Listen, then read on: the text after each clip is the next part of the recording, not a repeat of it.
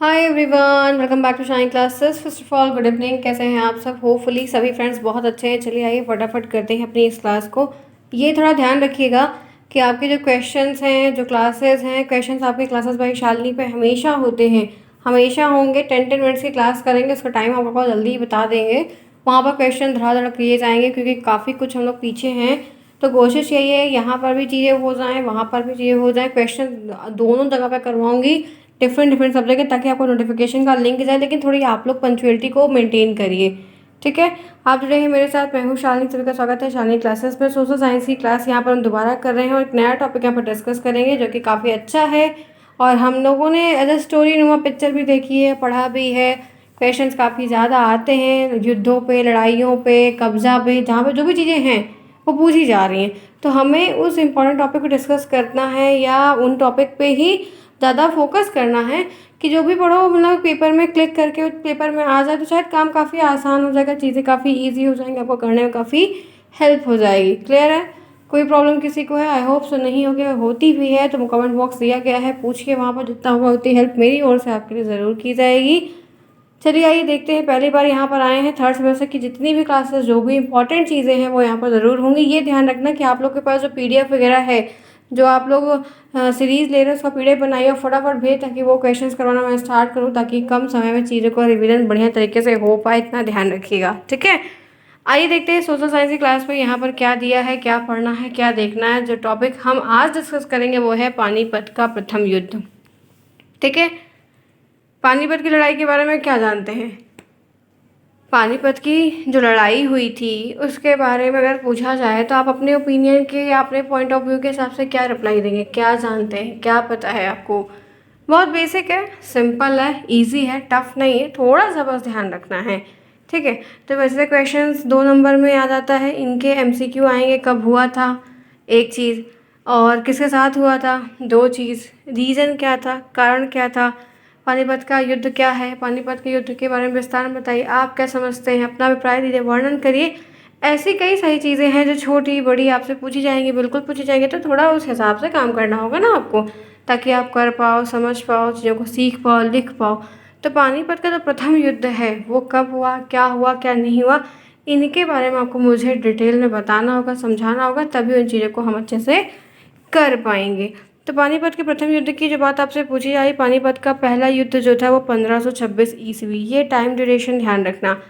कोई राजा गद्दी पर कब बैठता है वो टाइम ड्यूरेशन, और ये जो युद्ध वगैरह हुआ है, ये जो चीज़ें हैं, ये टाइम ड्यूरेशन, ये सब आपको याद करना होगा, सब आपको समझना होगा, सब आपको लिखना होगा, सब आपको देखना होगा, ताकि गलतियाँ आपसे ना हो और आप आसानी से इन चीज़ों को बेहतर कर पाएँ। तो पानीपत के प्रथम युद्ध, पहले युद्ध के बारे में जो भी बातें आपसे हो रही हैं, आप समझ रहे हो, देख रहे हो, वो है 1526 ईस्वी, ठीक है। डेट बिल्कुल नहीं भूलेगा फ्रेंड्स, डेट बहुत ज़्यादा इंपॉर्टेंट है, कई बार पूछी गई हैं, पूछी जाएंगी आपसे, इसलिए कुछ भी हो जाए, ठीक है, लेकिन आपको डेट वगैरह ज़रूर आनी चाहिए। तो पानीपत का पहला युद्ध की जो डेट है वो 1526 ईस्वी है। क्या डेट है? जो डेट है वो है 1526 ईस्वी। पानीपत का पहला युद्ध 1526 ईस्वी का है, बिल्कुल नहीं भूलिएगा, आपको बहुत महत्वपूर्ण है और बार बार मैं आपको यह बात बता रही हूँ। तो ये आपको ध्यान रखना है, पानीपत का पहला युद्ध 1526 ईस्वी है, डेट बिल्कुल नहीं भूलिए। आइए जानते हैं ये है क्या, थोड़ा सा डिस्कस करते हैं, क्योंकि डिस्कस करेंगे, थ्योरी जानेंगे, तभी आंसर्स लिख पाएंगे। तो परिचय के बारे में है, पानीपत का पहला युद्ध 1526 ईस्वी, दिल्ली सल्तनत के अंतिम शासक, दिल्ली सल्तनत के अंतिम शासक, अब देखो क्या नाम है, इब्राहिम लोदी और मुगल वंश के संस्थापक बाबर, ध्यान रखना, के बीच हुआ था। पहली बात, नंबर 1 की लाइन में 4 क्वेश्चन, कैसा? 1526 ईस्वी, एमसीक्यू आ जाएगा, मल्टीपल चॉइस क्वेश्चन। एक, किसका? दिल्ली सल्तनत, दिल्ली सल्तनत के अंतिम शासक का नाम बताइए। तो आपको जब पता होगा आपको इब्राहिम लोदी था, तभी तो आप बता पाएंगे। तो ये पता होना चाहिए कि दिल्ली सल्तनत का शासक था। तो 2 क्वेश्चन, दूसरा एमसीक्यू मिल गया।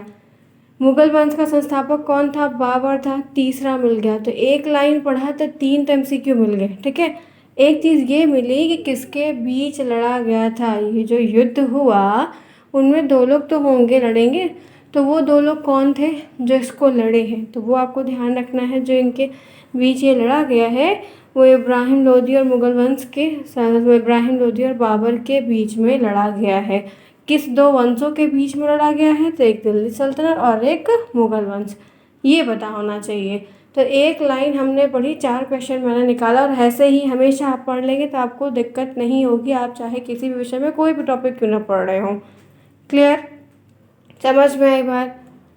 कोई प्रॉब्लम है तो बताइए। इस युद्ध में बाबर की विजय हुई। अब ये भी पूछा जाता है, निर्णय रिजल्ट भी तो पूछा जाता है हर चीज़ का, तो इसका भी रिजल्ट पूछा जा रहा है कि इस युद्ध में जो विजय हुई वो किसकी हुई है? तो वो विजय जो हुई वो बाबर की हुई। इस युद्ध में बाबर जीता। कौन जीता? बाबर जीता, और इब्राहिम लोदी पराजित हुआ। इसके साथ भारत में दिल्ली सल्तनत की समाप्ति भी हो गई, क्योंकि वो उसका अंतिम शासक था, और जब राजा ही नहीं है, राजा ही मर गया, तो फिर कोई बात ही नहीं उठती है। तो सल्तनत की समाप्ति किसके थ्रू है? तो वो बाबर के थ्रू है। मुग़ल वंश की स्थापना उसी वक्त वो समाप्त हुआ।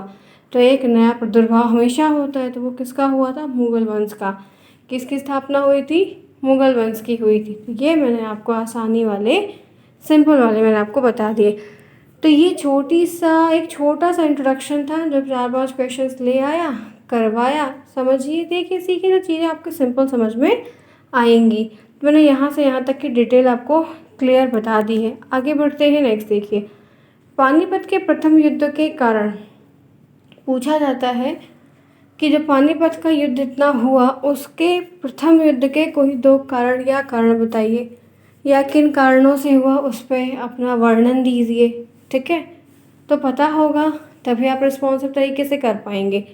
तो यहाँ पर है, इब्राहिम लोदी अपने सरदार पर विश्वास नहीं रखता था। इब्राहिम लोदी जो दिल्ली सल्तनत का अंतिम शासक था, उसको अपने सरदार पे बिलीव नहीं था, उसको अपने सरदारों पे बिलीव नहीं था। इसी कारण धीरे धीरे उसके सरदार का इब्राहिम लोदी के प्रति विश्वास डिगने लगा, हिलने लगा, और क्रमिक रूप से अगर हम क्रम वाइज देख रहे हैं तो उसके सरदार उसके शासन से नाखुश होते चले गए।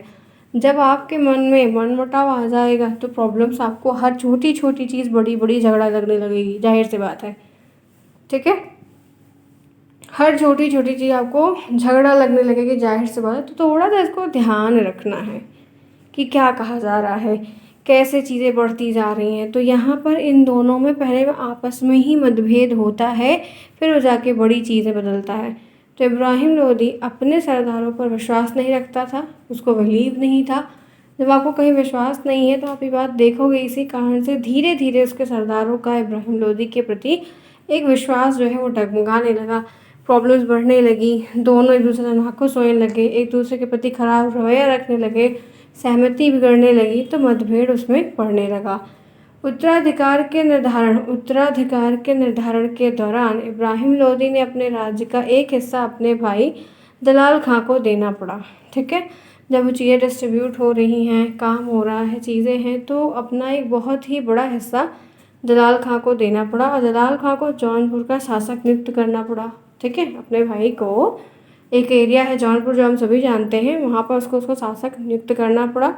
लेकिन कुछ समय पश्चात उसने अपने इस निर्णय को पलट दिया। मतलब एक बारी आई, चीज़ें हुई, निर्णय लिया, सब कुछ किया, हाँ ऐसा ऐसा एज यूजुअल है, लेकिन कुछ समय बाद वो चीज़ें उसने क्या की? चेंज कर दी। वो चीज़ें उसने क्या की? चेंज कर दी, पलट दी।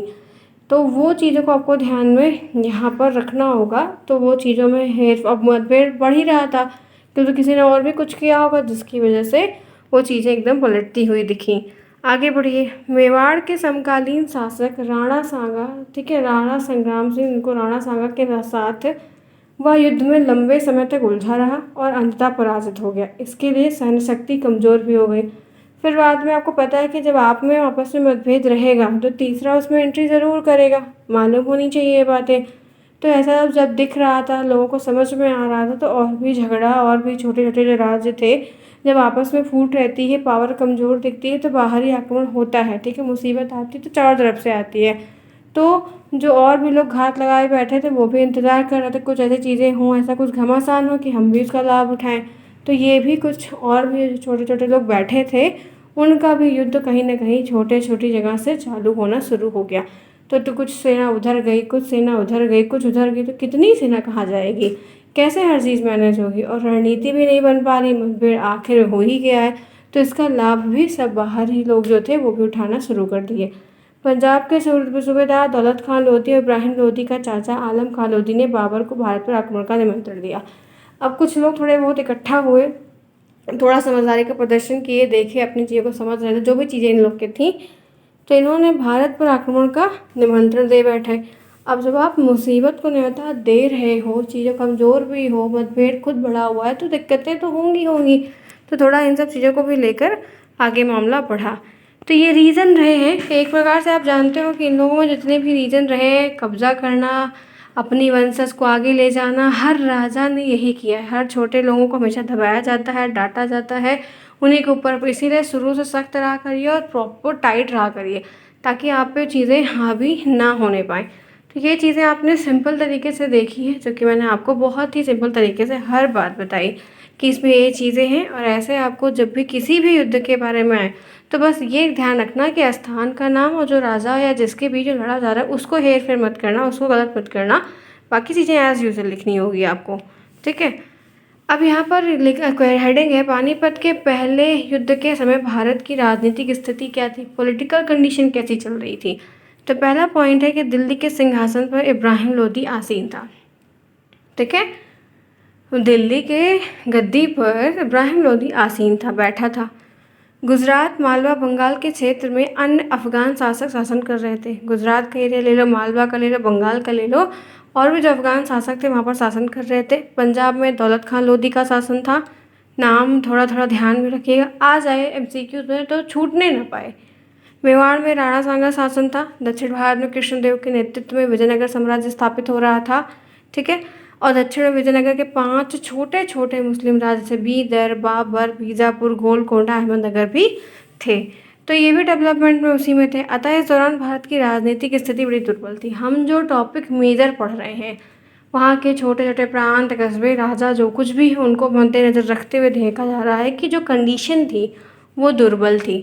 क्यों दुर्बल थी? क्योंकि सेना ख़त्म हो रही थी, मतभेद बहुत ज़्यादा बढ़ रहा था, विचार खुल के किसी के हो नहीं रहे थे, काम चीज़ें होते हुए किसी को दिख नहीं रही थी।